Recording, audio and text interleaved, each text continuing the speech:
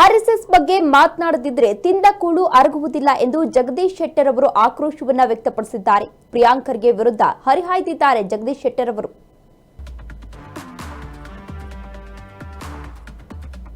RSS ಬಗ್ಗೆ ಮಾತನಾಡದಿದ್ರೆ ತಿಂದ ಕೂಳು ಅರಗುವುದಿಲ್ಲ ಎಂದು ಪ್ರಿಯಾಂಕ್ ಖರ್ಗೆ ವಿರುದ್ಧ ಹರಿಹಾಯ್ದಿದ್ದಾರೆ ಜಗದೀಶ್ ಶೆಟ್ಟರ್ ಅವರು. ಅಪ್ಪನ ಕೃಪಾ ಕಟಾಕ್ಷದಿಂದ ಪ್ರಿಯಾಂಕ್ ಖರ್ಗೆ ಅವರು ಮಂತ್ರಿಯಾಗಿದ್ದಾರೆ. ಮೊದಲ ಬಾರಿ ಶಾಸಕರಾದವರು ಮಂತ್ರಿ ಆಗಲು ಹೇಗೆ ಸಾಧ್ಯ ಅಂತ ಪ್ರಶ್ನೆ ಮಾಡಿದ್ದಾರೆ. ಅಪ್ಪನ ಕೃಪಾ ಕಟಾಕ್ಷದಲ್ಲಿ ಬೆಳೆದಿದ್ದಾರೆ, ಹಾಗಾಗಿ ಮಂತ್ರಿಯಾಗಿದ್ದಾರೆ. ಈಗ ನಿತ್ಯ ಆರ್ಎಸ್ಎಸ್ ಅನ್ನ ಟೀಕಿಸ್ತಾ ಇರ್ತಾರೆ ಅಂತ ಆಕ್ರೋಶವನ್ನ ವ್ಯಕ್ತಪಡಿಸಿದ್ದಾರೆ. ಆರ್ಎಸ್ಎಸ್ ಬ್ಯಾನ್ಗೆ ಪತ್ರವನ್ನ ಬರೆದಿದ್ದಾರೆ ಪ್ರಿಯಾಂಕ್ ಖರ್ಗೆ ಅವರು. ಏನೇ ಮಾತನಾಡಿದ್ರು ಆರ್ಎಸ್ಎಸ್ ಅನ್ನ ಏನು ಮಾಡಲು ಆಗೋದಿಲ್ಲ ಅವ್ರ ಕೈಯಲ್ಲಿ. ಆರ್ಎಸ್ಎಸ್ ದೊಡ್ಡದಾಗಿ ಬೆಳೆಯಲಿದೆ ಎಂದು ಹುಬ್ಬಳ್ಳಿಯಲ್ಲಿ ಜಗದೀಶ್ ಶೆಟ್ಟರ್ ಅವರು ಇದೀಗ ಪ್ರಿಯಾಂಕ್ ಖರ್ಗೆ ವಿರುದ್ಧ ವಾಗ್ದಾಳಿಯನ್ನ ನಡೆಸಿದ್ದಾರೆ.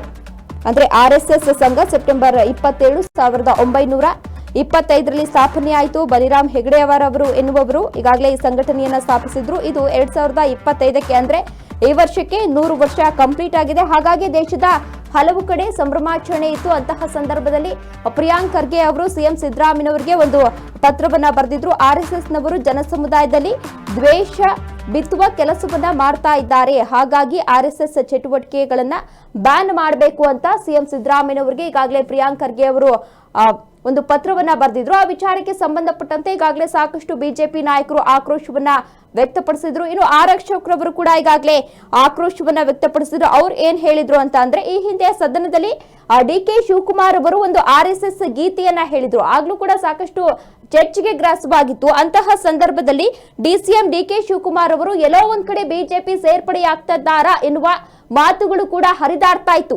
ಆಗ ಸ್ವತಃ ಡಿಸಿಎಂ ಡಿಕೆ ಶಿವಕುಮಾರ್ ಅವರು ಸ್ಪಷ್ಟನೆಯನ್ನ ನೀಡಿದ್ರು. ನಾನು ಕಾಂಗ್ರೆಸ್ ಬಿಟ್ಟು ಬೇರೆ ಪಕ್ಷಕ್ಕೆ ಯಾವುದೇ ಕಾರಣಕ್ಕೂ ಹೋಗಲ್ಲ ಅಂತ ಹೇಳಿ ಡಿಸಿಎಂ ಡಿಕೆ ಶಿವಕುಮಾರ್ ಅವರು ಈಗಾಗಲೇ ಸ್ಪಷ್ಟನೆಯನ್ನ ನೀಡಿದ್ರು. ಆ ವಿಚಾರವನ್ನ ಪ್ರಸ್ತಾಪ ಮಾಡಿ ಈಗಾಗಲೇ ಆರ್ ಅಶೋಕ್ ರವರು ಕೂಡ ಸವಾಲ್ ಹಾಕಿದ್ರು. ಆರ್ಎಸ್ಎಸ್ ಹಾಡ್ ಹೇಳಿದ್ರಲ್ಲ ಡಿಸಿಎಂ ಡಿಕೆ ಶಿವಕುಮಾರ್ ಅವರು, ದಮ್ಮಿದ್ರೆ ಅವರನ್ನ ಬ್ಯಾನ್ ಮಾಡಿ ಅಂತ ಸವಾಲ್ ಹಾಕಿದ್ರು. ಈ ಹಿಂದೆ ಸಾಕಷ್ಟು ಜನರು ಪ್ರಯತ್ನ ಪಟ್ಟಿದ್ದಾರೆ ಬ್ಯಾನ್ ಮಾಡಬೇಕು ಅಂತ. ಹಾಗಿಲ್ಲ, ಈಗ ಮಾಡ್ಲಿಕ್ಕೆ ಸಾಧ್ಯ ಆಗುತ್ತಾ ಅಂತ ಆರ್ ಅಶೋಕ್ ರವರು ಕೂಡ ವಾಗ್ದಾಳಿಯನ್ನ ನಡೆಸಿದ್ರು. ಇನ್ನು ಜೊತೆಗೆ ಪ್ರತಾಪ್ ಸಿಂಹ ಅವರು ಕೂಡ ಕಿರಿಕಾರಿದ್ರು. ಅದರ ಬೆನ್ನಲ್ಲೇ ಇದೀಗ ಜಗದೀಶ್ ಶೆಟ್ಟರ್ ಅವರು ಆಕ್ರೋಶವನ್ನ ವ್ಯಕ್ತಪಡಿಸಿದ್ದಾರೆ. ಏನ್ ಮಾತನಾಡಿದ್ದಾರೆ ಬನ್ನಿ ನೋಡ್ಕೊಂಡ್ ಬರೋಣ.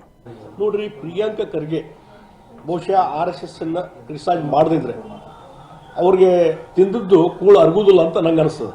ಆ ರೀತಿಯಾದಂಥ ವ್ಯಕ್ತಿತ್ವ ಬಹುಶಃ ಖರ್ಗೆ ಅಲ್ಲಿ ನಾವು ಗುಲ್ಬರ್ಗದಾಗ ಹೋಗಿ ಬಂದೆ, ಸಾಕಷ್ಟು ಸಲ ಆ ಕಡೆ ಪ್ರವಾಸ ಮಾಡಿದ್ದೀನಿ. ಆ ಒಂದು ಮಲ್ಲಿಕಾರ್ಜುನ ಖರ್ಗೆ ಅವ್ರ ಹಿಂದೆ ಲೋಕಸಭೆ ಚುನಾವಣೆಯಲ್ಲಿ ಸೋತ್ರವರು. ಆ ಸೋಲೋದಕ್ಕೆ ಮುಖ್ಯ ಕಾರಣ ಅಂತಂದರೆ ಈ ಪ್ರಿಯಾಂಕ ಖರ್ಗೆ. ಅವ್ರ ಸೊಕ್ಕು, ಅವರ ಅಹಂಕಾರ, ಕೆಟ್ಟದಾಗಿ ಮಾತಾಡುವಂಥದ್ದು, ಮತ್ತೊಬ್ಬರು ಹಚ್ಕೊಳ್ಳೋದೇ ಇರುವಂಥದ್ದು. ಅವತ್ತು ಇಲೆಕ್ಷನ್ನಲ್ಲಿ ನೋಡ್ರಿ, ಬಹುಶಃ ಮಲ್ಲಿಕಾರ್ಜುನ ಖರ್ಗೆ ಅವರು ಏನು ಇಲೆಕ್ಷನ್ದಲ್ಲಿ ಸೋತ್ರಲ್ಲ ಹಿಂದಿನ ಬಾರಿ, ಈ ಸಲ ಅಲ್ಲ ಹಿಂದಿನ ಬಾರಿ ಸೋತಾಗ ಖರ್ಗೆ ಅವರ ಸುತ್ತಮುತ್ತಲಿದ್ದಂಥ ಪ್ರಮುಖ ಲೀಡರ್ಸ್ ಎಲ್ಲರೂ ಕಾಂಗ್ರೆಸ್ ಬಿಟ್ಟು BJP ಜಾಯ್ನ್ ಆಗಿದ್ರು. ಯಾಕೆ? ಈ ಪ್ರಿಯಾಂಕ ಖರ್ಗೆ ಸಲುವಾಗಿ ಅವರು ಬಿಟ್ಟು ಹೋಗಿದ್ರು. ಆ ಪ್ರಿಯಾಂಕ ಖರ್ಗೆಯಿಂದಲೇ ಸೋಲನ್ನು ಅನುಭವಿಸಿದ್ರು. ಮತ್ತು ಈ ಪ್ರಿಯಾಂಕ ಖರ್ಗೆ ಏನು RSS ಟೀಕೆ ಮಾಡುವಂಥದ್ದು, ಮತ್ತೊಂದು ಮಾಡುವಂಥದ್ದು ಚಾಲು ಮಾಡಿದಾರಲ್ಲ, ಇದು ಅವರ ಅವಸಾನಕ್ಕೆ ಕಾರಣೀಭೂತ ಆಗ್ತದೆ. ಭಾಳ ದಿವಸ ಇದು ನಡೆಯುವುದಿಲ್ಲ. ಈ ರೀತಿ ಕೆಟ್ಟದಾಗಿ ಮಾತ್ರ ಒಂದು ರಾಷ್ಟ್ರಭಕ್ತಿ ಇರುವಂಥದ್ದು, ಒಂದು ನ್ಯಾಷನಲಿಸಮ್, ಪೆಟ್ರಾಟಿಸಮ್ ಹೇಳುವಂಥ ಸಂಸ್ಥೆ ಸಂಘಟನೆ ಮಾಡುವಂಥದ್ದು, ಯುವಕರನ್ನು ಸಂಘಟನೆ ಮಾಡಿ ಹಿಂದುತ್ವ, ಹಿಂದೂ ಕಮ್ಯುನಿಟಿ, ಹಿಂದೂ ಸಮಾಜ ಒಗ್ಗಟ್ಟಾಗಿರಲಿಕ್ಕೆ ಎಲ್ಲ ರೀತಿಯ ಸತತವಾದಂಥ ಸಂಘಟನೆ ಮಾಡಿದಂಥದ್ದು RSS. ಇಂಥ RSS ಸಂಘಟನೆ ಬಗ್ಗೆ ಕೀಳಾಗಿ ಮಾತಾಡುವಂಥದ್ದು ಪ್ರಿಯಾಂಕ ಖರ್ಗೆ. ಇದು ನಿಮ್ಮ ಮುಂದಿನ ರಾಜಕೀಯ ಭವಿಷ್ಯ ಭಾಳ ದಿವಸ ಇರುವುದಿಲ್ಲ, ತಿಳ್ಕೊಂಬಿಡಿ. ನಿಮ್ಮ ಹಣೆ ಬರ ಈಗಾಗಲೇ ನಿರ್ಧಾರ ಮಾಡಿದ್ದಾರೆ ಜನ. ಮತ್ತು ನಿಮ್ಮಿಂದ ನಿಮಗೂ ರಾಜಕೀಯ ನಾಶ ಅಷ್ಟೇ ಅಲ್ಲ, ನಿಮ್ಮಿಂದ ಕಾಂಗ್ರೆಸ್ಸಿಗೂ ನಾಶ ಅಂತ ಹೇಳ್ತೀನಿ. ಮತ್ತು ಪ್ರಿಯಾಂಕ ಖರ್ಗೆ ಎಲ್ಲಿಂದರೆ ಅವರ ತಂದೆಯ ವಸೂಲಿಯಿಂದ ಅವರೇನು ಇನ್ಫ್ಲೂಯೆನ್ಸ್ ಇತ್ತಲ್ಲ, ಅವ್ರ ಇನ್ಫ್ಲೂಯೆನ್ಸಿಂದ ಅವರು ಮೊದಲೇ ಸಲ ಫಸ್ಟ್ ಟೈಮ್ MLA ಆದಾಗಲೇ ಮಂತ್ರಿ ಆದರು, ತಿಳ್ಕೊಂಬಿಡ್ರಿ. ಯಾವಾಗ ಅವ್ರು ಮಂತ್ರಿ ಆದರು ಮಲ್ಲಿಕಾರ್ಜುನ ಖರ್ಗೆ ಅವಸಾನ ಪ್ರಾರಂಭ ಆಯಿತು. ಆಮೇಲೆ ಈಗ ಮತ್ತೆ ಮಂತ್ರಿ ಆಗಿದ್ದಾರೆ. ಕಾರಣ ಅಂದರೆ ಖರ್ಗೆ AICC ಪ್ರೆಸಿಡೆಂಟ್. ಆ ಒಂದು ಇನ್ಫ್ಲೂಯೆನ್ಸ್ನಿಂದ ಇವತ್ತು ಮಂತ್ರಿ ಆಗಿದ್ದಾರೆ ಹೊರತು ನೀವು ಮೆರಿಟ್ ಮೇಲೆ ಆಗಿಲ್ಲ, ನಿಮ್ಮ ಪಕ್ಷದ ಸೇವೆಯಿಂದ ಆಗಿಲ್ಲ. ಇದು ತಂದೆಯವರ ಇದ್ರ ಮೇಲೆ ಆಶೀರ್ವಾದ ಆಗಿದೆ. ಹೀಗಾಗಿ ಅದನ್ನು ಉಳಿಸ್ಕೊಂಡು ಬೆಳೆಸ್ಕೊಂಡು ಹೋಗಲಿಕ್ಕೆ ಯಾವಾಗಲೂ ರಾಜ್ಯದಲ್ಲಿ ನ್ಯಾಷನಲ್ ಲೆವೆಲಲ್ಲಿ ಸುದ್ದಿಯಲ್ಲಿ ಇರಬೇಕನ್ನೋ ಕಾರಣ ಸಲುವಾಗಿ ಬೆಳಗಿನ ಸಾಯಂಕಾಲ RSS ಕ್ರಿಟಿಸೈಸ್ ಮಾಡ್ತೀನಿ. ನೀವು RSS ಕ್ರಿಟಿಸೈಸ್ ಮಾಡಿದ್ರೆ RSSಗೆ ಏನು